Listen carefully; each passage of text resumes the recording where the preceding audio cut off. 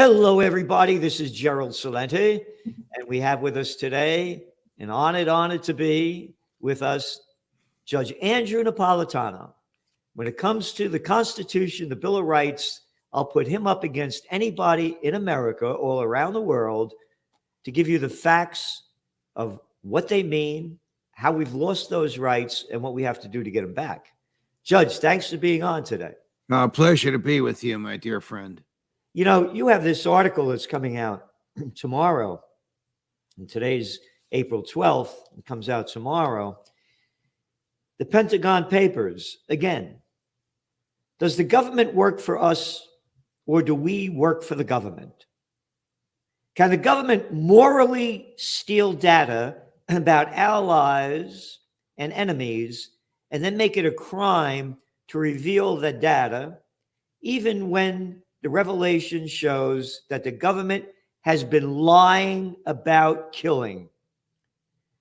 What to do about high-ranking government officials who lie about war? When the First Amendment states that, quote, Congress shall make no law abridging the freedom of speech, does it really mean no law? And you go on talking about how these documents are coming out about the Ukraine war, which, by the way, is not a proxy war. The United States is at war, as I see it, with Russia. And these documents prove it. So please tell us more about what you've written about and how they... Well, let me start by saying that you've been saying this, and we've been saying this for a long time, and the documents substantiate the presence of American special forces on the ground in Ukraine and British special forces as well. But beyond that, the documents show that the American government has known for a long time that the Ukraine side is doomed to fail. The kill ratio favoring Russia is 7-1, meaning the Russians kill 7 Ukrainian soldiers for every 1 Russian that the Ukrainians kill. Now, any high school student could do the math. I mean, that can't last much longer. Ukraine is already down to the point where they are kidnapping people your age and mine, males your age and mine, and 16 and 17-year-olds, training them for 2 weeks and then pushing them to the front lines, from which, of course, they never return. So the government has known that Ukraine was about to lose. When Secretary of Defense Austin testified before the Senate Armed Services Committee, he lied by saying, yeah, Ukraine is in great shape. Look for a good spring and look for many battle successes in the winter, because he already knew about this kill ratio. The documents also reveal that the American government has concluded that Ukraine's air defenses will be degraded to, it's an easy number to remember, 0 effectiveness by the end of May. And former 4-star general, former member of the Raytheon board of directors, now Secretary of Defense Austin, knew about that when he materially misled the Senate Armed Services Committee. So we know that Joe Biden is fighting a land war. And to your point at the outset of this podcast, question, are American boys using American military equipment to fire American ammunition at Russian boys? Answer, yes. Is the American CIA stealing Russian intel and giving it to Ukraine intel? Answer, yes. If that's not a definition of America at war with Russia, I don't know what is. And Putin said it, America's at war with Russia. And by the way, we had Lloyd Austin, again, who you mentioned, our Secretary of Defense, who formerly sat on the board of directors of Raytheon, the second largest defense contractor, admitting months ago that American advisors were on the ground in Ukraine because of the complexity of the weapons, and saying that we had to make sure that they didn't go in the wrong direction. Or Correct. So, in other words, the Americans are firing the weapons at the Russians. Correct. This very sophisticated HIMARS, I understand it from Scott Ritter and Colonel McGregor. The Americans aim them, maintain them, find the target on a computer screen, and then another team in Ukraine, and then another team of Americans west of them in Poland pulls the trigger. That's why I say American boys are using American equipment to fire American ammunition at Russian boys, targeted and aimed by American boys. It's war. It's not even war by another name. It's just war that's not publicly declared. It's war that's not legal, because Biden can't do this without a declaration of war, and Congress can't declare war on anybody it wants. We've signed treaties. Congress can only declare war on a country whose military is threatening ours. Does the Russian military threaten the United States? No. Does the U.S. threaten Russia? Well, let's see. We have nukes in Italy. We have nukes in the Netherlands. We have nukes in Poland aimed at Moscow. Can you imagine how we would react if, say, the Chinese had nukes in Mexico aimed at Dallas? And you'll know how Putin feels. Yeah. Or the Russians up in Canada with missiles aimed at New York. Correct. Yeah. Correct.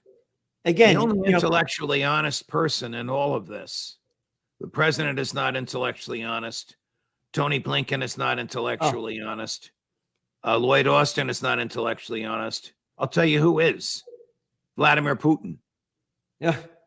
Vladimir Putin said the Americans started this war in 2014 when they fomented that so-called color revolution that overthrew the popularly elected and Russian-aligned president of Ukraine. The Americans started this war when they moved NATO 800 miles eastward, contrary to the promises that Jim Baker and George H.W. Bush made to Mikhail Gorbachev. And as if to poke the NATO elbow in Putin's ribs, what did they just do? Join Finland to NATO. At the height of this war, added another 800 miles of a common border between Russia and NATO. So these characters, these creeps in NATO and in the State Department, they want war. Victoria Nuland, you remember her from the Trump impeachment. She's number 3 in the State Department. She said, we won't rest until the Ukrainian flag is flying over Crimea. Let me tell you that there is more of a chance of Arizona being given back to Mexico than the Ukrainian flag flying over Crimea. Crimea has been part of Russia since 1730. Yeah, this is the Trends Journal magazine from back in 2014. See how happy that guy is. The United States overthrow of the democratically elected government of Viktor Yanukovych in Ukraine. Article written by Dr. Paul Craig Roberts, former Assistant Treasury Secretary under Ronald Reagan. Friend of yours and mine. Yep. Washington is driving the world to the final war. Ukraine presented the perfect opportunity for Washington to advance its hegemonic agenda. In a speech at the National Press Club last December, which means December 2013, and anybody could Google it up, Assistant Secretary of State Victoria Nuland boasted that Washington had invested $5 billion in non-governmental organizations, NGOs, in Ukraine for the purpose of the NGOs to teach democracy to the people of Ukraine. In other words, a coup in the streets. Yep. Now, that $5 billion, you will never find that in the American federal government budget, even though the Constitution says no monies shall be spent from the Treasury, but for those recorded in a public journal. I'm almost quoting verbatim. The Congress on its own has created the intelligence community and given them hundreds of billions and let them spend it on its own. You'll never find a recording of who actually got that money and what was done with it. Where did the money come from? The American Treasury. How did it get into the American Treasury? Either tax dollars or money borrowed in the name of the taxpayers, who, of course, have to pay it back. You know, this article that you've written, it's so powerful. And the information that you're providing here, and how the government has really robbed us of our freedom. Congress has not declared war against Russia, but President Joe Biden is surreptitiously fighting one. Congress can only declare war, as you mentioned, on a country whose military is an imminent threat to America. So I want to comment on that, because you're hearing these little loudmouth clowns like Lindsey Graham and all these others, the Blumenthal, another arrogant little boy. One after another, they go to Ukraine and they keep saying that this is a threat to the world. That what's going on in Ukraine is a threat to the world. It's not a threat to the world. As you said, this has been going on back and forth to them, since 1730. Right. And then Macron, the president of France, was visiting China last week, and he goes on to say, Macron calls for Europe to not be caught in the conflict in Taiwan. He said, because the question Europeans need to answer, is it in our interest to accelerate on Taiwan? No. So is it in our interest to ramp up the war in Ukraine? I mean, by the way, this is the Macron and the France that invade Mali and Niger just recently because they need their uranium from Niger, because they have more nuclear plants in France than anywhere else. Oh, we could go there, but we shouldn't be involved in Taiwan. And the only reason he's saying this, by the way, is the bottom line, because they got to do business with China, because the Chinese got 1.4 billion people, and it's the fastest growing economy in the world. You know, he's an example of a stopped clock being right twice a day. He happens to be right on this. And that quote you have, I think there's a following line where he says, we will not be seduced by the American rhythm, meaning Americans like to fight wars, and the Chinese overreaction. I mean, that has caused quite a disturbance in Europe. I applaud him for saying that, even though I can't applaud much else of what he does. Oh, yeah, he's a little arrogant boy. Here it is.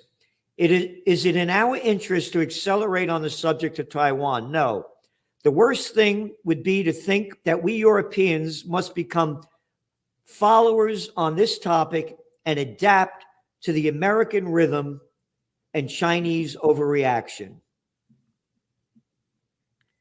He also warned of a trap for Europe if it got caught up in this crisis that is not ours. That is a damning and very poignant phrase that I have not heard before, referring to American imperialism as a rhythm, something we do over and over again. You know this. I know this. The people watching us now know this. The people that read the Trends Journal know this. The people that watch Judging Freedom know this. But I've not heard a Western leader refer to the American pattern of imperialism as an American rhythm. And again, I disagree with President Macron on many things, but we have to be intellectually honest. On this, he is correct. He is 100% called out the U.S. And this is like from the Financial Times. Macron's Taiwan stance provokes outcry. Yeah. Diplomats and lawmakers in the U.S. and Central and Eastern Europe attacked Macron for being soft on Beijing and critical of the U.S., especially given that it has backed Europe dealing with the fallout from Russia's invasion of Ukraine. So attacked Macron. And again, it's not any of our business. I'm thinking. By the way, what they call people like ourselves that don't want to become involved in these foreign entanglements because they're no threat to America, they call us isolationists. I don't care what they call us. As far as I'm concerned, the stupidity of it. we are following one of the greatest speeches in American history, which is George Washington's farewell address, warning against foreign entanglements, which, for the most part, until Teddy Roosevelt came along, the American government followed. Well, you forgot Woodrow Wilson. Yeah. Well, Teddy preceding Wilson. Oh, I'm sorry. I thought you meant FDR. You're right. Teddy Roosevelt. Yeah. Wilson, of course, doing far more damage with World War I and all the other stuff. Yeah, I was thinking FDR. Yeah, what Teddy Roosevelt, the invasion of Cuba, and we still got Guantanamo over there, right? Right. It's a lease. When does that lease expire? Who do we send our lease payments to? I mean, it's a farce. Just stole the property. Yep. 40,000 square miles. That thing is half the size of New Jersey. You know, there's another article that came out, and public support among the United States voters is ebbing for the Ukraine war. They say it's fallen from 60% last May to 48%. And this is an Associated Press NORC Center for Public Affairs Research. So the reason, of course, people are tired of it, and people are living paycheck to paycheck, and they don't want our money going to Ukraine war. So what do you think, again, what do you think is going to happen with this? The Americans going to keep ramping up the war? Or the war going to come to an end? Joe Biden and Tony Blinken and Lloyd Austin have not given themselves an off-ramp. So I don't know how this will end from American involvement. I think the war will end when Putin says, okay, we've chased you out of eastern Ukraine, where all the Russian-speaking people are. This is all we want to do. We're going to stop. Zelensky said last week that they won't stop, again, nonsense, until the Ukrainian flag flies over Crimea. I assume he's saying that just for domestic political reasons. He can't possibly believe that to be so. So at some point, they'll just stop fighting, even though the Americans don't want them to do it. How Biden gets out of this, I don't know. But I do believe, just my gut, Gerald, that the president, Joe Biden, wants to run for re-election as a wartime president. So I don't think this is going to stop before 2024. His heroes are Abraham Lincoln and FDR, and he wants to emulate them by running as a wartime president. This is his war. He ought to look at what happened to Lyndon Johnson in 1968. Afraid to run for re-election, and rightly so, because the Vietnam War had become so unpopular. But he and his people seem to think they can pull this off. And they've been in this business for a long time. When Colin Powell was lying at the UN about weapons of mass destruction, when George W. Bush was throwing Phil Giraldi out of the Oval Office because Phil, as the CIA briefer, told the president there are no weapons of mass destruction. The chief of staff of the Senate Foreign Relations Committee and the chair of the Senate Foreign Relations Committee were beating the drums for war. Who were they? Well, the chief of staff then is now the Secretary of State, and the chair of the Senate Foreign Relations Committee then is now the President of the United States. This pattern doesn't change, Gerald. No, Blinken and Biden, they're B and B, right? Yeah. Blinken and Biden, there's not a war that they didn't love, not a war that they didn't support. And again, these are the guys, the tough-talking guys that they don't go fight. No, they just send others to go do the dirty work. And again, anybody that wants to support a war, put on your military drag, get your gun, go over there and fight, or shut your mouth. That's the way I look at it. And again, as you said, in Ukraine, they're taking people our age and young boys to go fight. So they're in, they could go lead the charge or shut your mouth. Anybody that wants to support war, go fight it. That's the way I look at it. Judge, this article that you've written, again, it's so powerful, and everybody should really go to Judging Freedom.